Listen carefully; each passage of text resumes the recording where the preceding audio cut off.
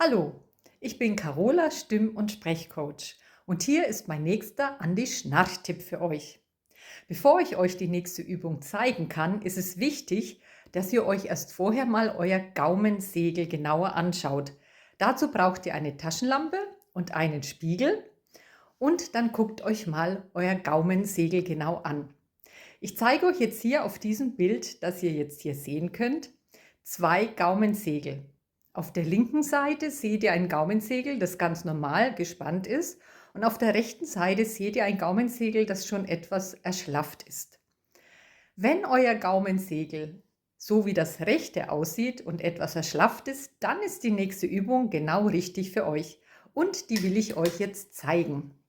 Um an diese Gaumenmuskulatur zu kommen, kann man mit einer ganz leichten Übung, nämlich dem Gähnen, dieses Gaumensegel anspannen.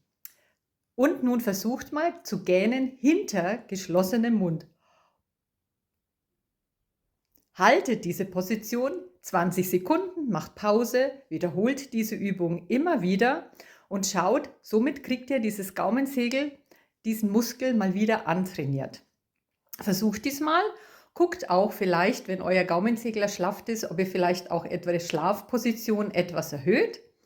Probiert es einfach mal aus. Ich wünsche euch viel Spaß dabei und bis zum nächsten Mal. Tschüss, eure Carola.